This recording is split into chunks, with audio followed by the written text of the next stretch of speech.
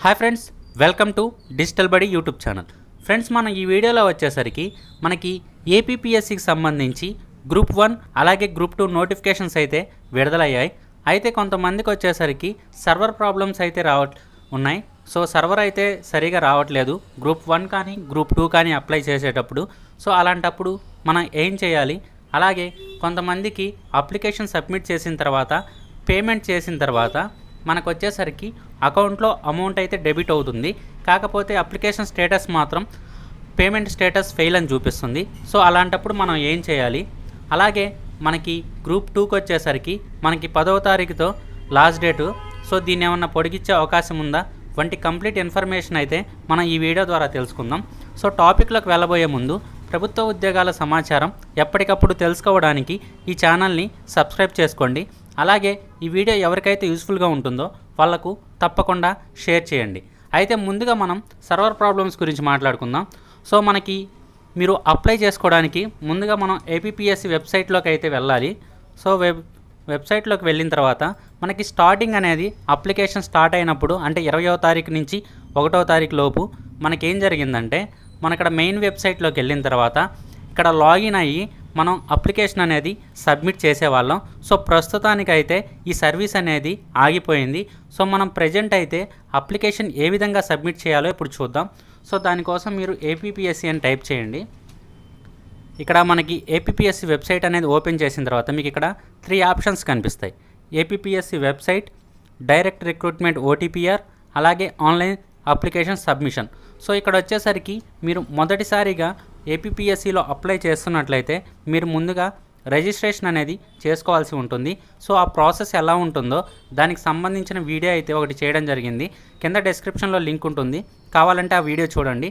So ఇప్పుడు మనం చూసుకున్నట్లయితే మనం ప్రజెంట్ వచ్చేసరికి మనకి ఈ విధంగా ఓపెన్ అయిన తర్వాత ఇక్కడ థర్డ్ ఆప్షన్ ఉంది కదా, ఆన్లైన్ అప్లికేషన్ సబ్మిషన్ అని, దీని మీద క్లిక్ చేయండి.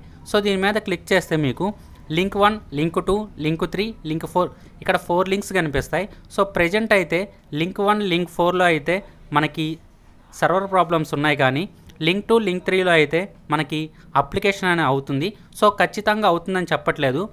సో మ్యాక్సిమం అయితే ఈ 2 లింక్స్లోనే మనకి అప్లికేషన్స్ అనేది అవుతున్నాయి. సో మనకి ఏ టైంలో అవుతున్నాయంటే సో పలానా టైం అని చెప్పలేం. మార్నింగ్ 8 లోపు అయితే మీకు ఖచ్చితంగా అవుతాయి. అలాగే ఈవినింగ్ 9 తర్వాత కూడా మీకు అప్లికేషన్ అవ్వడానికి అవకాశం ఉంది.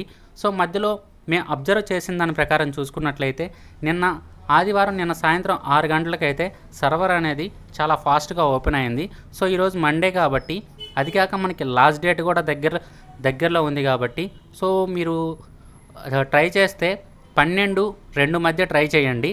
లేకపోతే ఈవినింగ్ వచ్చేసరికి మీకు 7 అలాగే 7 to 9 మధ్య ఒకసారి ట్రై చేయండి. సో మీ ఇంట్లో ఓన్గా కంప్యూటర్ ఉన్నట్లయితే మీరు వచ్చేసరికి డైరెక్ట్గా 9 తర్వాత అప్లికేషన్ అనేది ఈజీగా సబ్మిట్ చేసుకోవచ్చు. సో అలా చేయడానికైతే ట్రై చేయండి. మ్యాక్సిమం లింక్ 2, లింక్ 3లో అయితే చేయడానికి చూడండి. సో ఇక్కడే అవుతున్నాయి. సో ఇంకా మనకి పేమెంట్ విషయానికి వచ్చినట్లయితే సో కొంతమందికి అప్లికేషన్ సబ్మిట్ అవుతుంది, సబ్మిట్ అయిపోయిన తర్వాత పేమెంట్ అనేది అడుగుతుంది. సో మనం పేమెంట్ అనేది చేసిన తర్వాత మీకు అక్కడ వచ్చేసరికి ట్రాన్సాక్షన్ సక్సెస్ఫుల్ అని కనిపిస్తుంది. కాకపోతే పేమెంట్ గేట్వే రీడైరెక్ట్ అయితే అవ్వట్లేదు. సో మీకు ఎప్పుడైతే రీడైరెక్ట్ అవ్వదో సో మీ అప్లికేషన్ అనేది ఫెయిల్ అని చూపిస్తుంది. ఇన్ కేస్ మీకు అప్లికేషన్ అనేది ఫెయిల్ అని చూపించినట్లయితే మీరు మళ్ళీ పేమెంట్ చేసేయండి.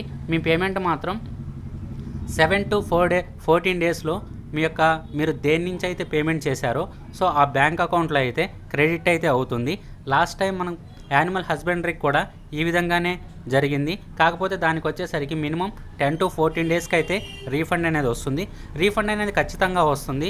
సో మీ అప్లికేషన్ ఫెయిల్ అయినట్లయితే మరలా ఒక 1 hour or 2 hours ఆగి పేమెంట్ అయితే చేయడానికి ట్రై చేయండి.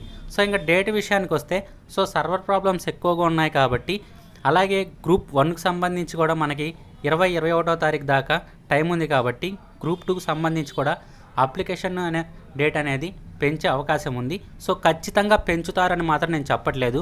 మ్యాక్సిమం 10 లోపే కంప్లీట్ చేయడానికైతే చూడండి. ఇంకా దీనికి సంబంధించి మీకు ఎటువంటి డౌట్స్ ఉన్నా కానీ కింద కామెంట్ చేయండి, నేను తప్పకుండా రిప్లై ఇస్తాను.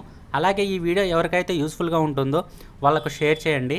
అలాగే మా నుంచి వచ్చే కొత్త వీడియోస్ని మిస్ కాకుండా ఉండాలనుకుంటే ఛానల్ని సబ్స్క్రైబ్ చేసుకోండి. అలాగే ఈ వీడియోని లైక్ కూడా చేయండి. Thank you.